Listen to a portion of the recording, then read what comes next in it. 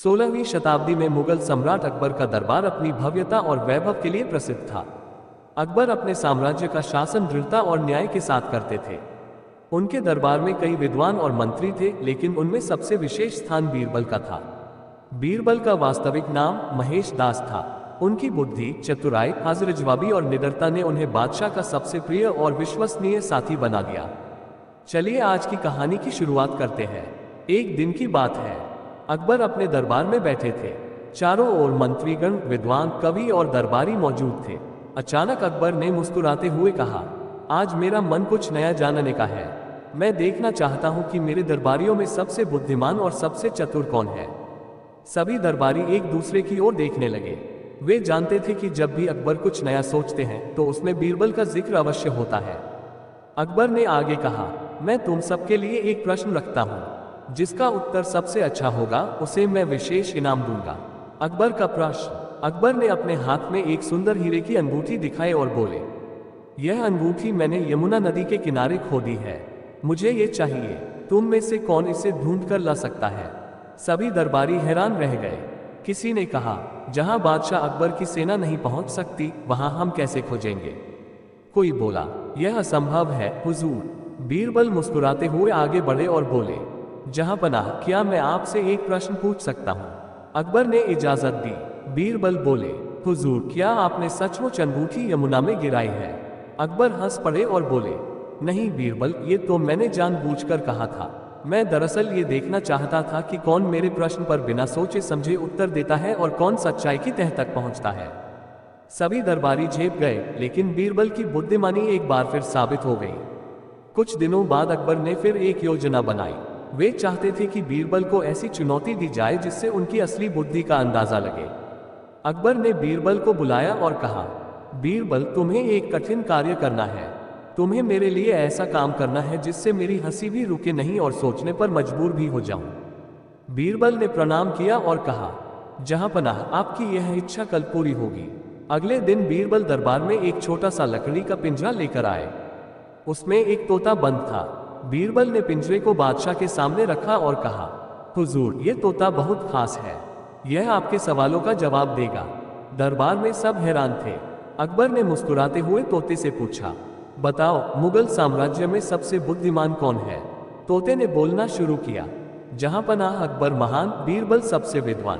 पूरा दरबार ठहाकों से गूंज उठा। अकबर भी जोर जोर से हंसने लगे। उन्होंने कहा, बीरबल, तुमने सचमुच मेरी शर्त पूरी कर दी। तुमने मुझे हंसाया भी और सोचने पर मजबूर भी किया। बीरबल की लोकप्रियता और अकबर का उन पर विश्वास देखकर दरबारियों को जलन होने लगी।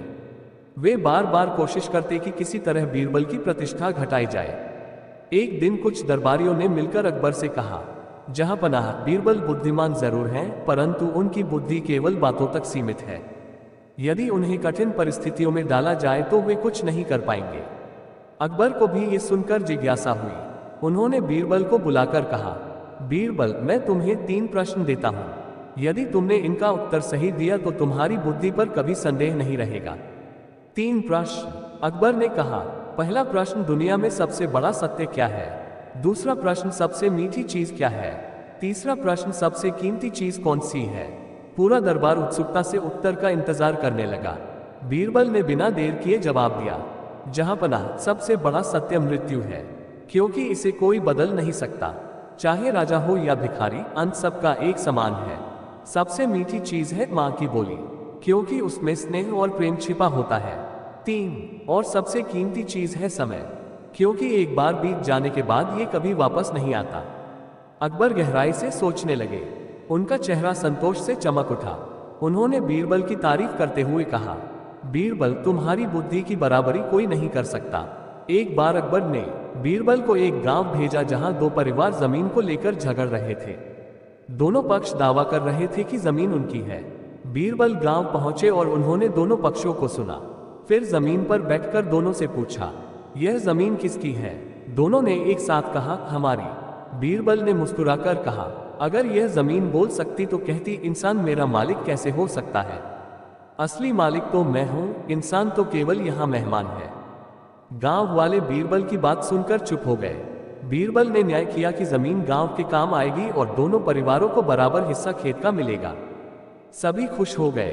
बीरबल की हाजिर जवाबी। एक और प्रसिद्ध घटना है। एक दिन अकबर ने दरबार में मजाक करते हुए बीरबल से कहा, क्या तुम मुझे 3 मूर्ख दिखा सकते हो? बीरबल तुरंत बोले, जी हाँ जहांपनाह। कुछ ही देर में वे 3 लोगों को दरबार में ले आए। पहला एक आदमी था जो अंधेरे में दीपक लेकर जा रहा था।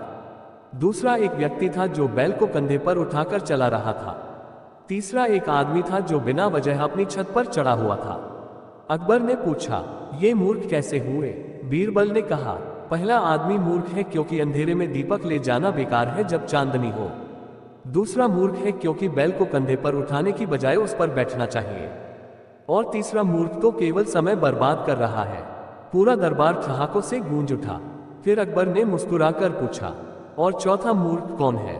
बीरबल ने झुककर उत्तर दिया, जहांपनाह चौथा मूर्ख तो मैं हूं जो इन्हें यहां ले आया।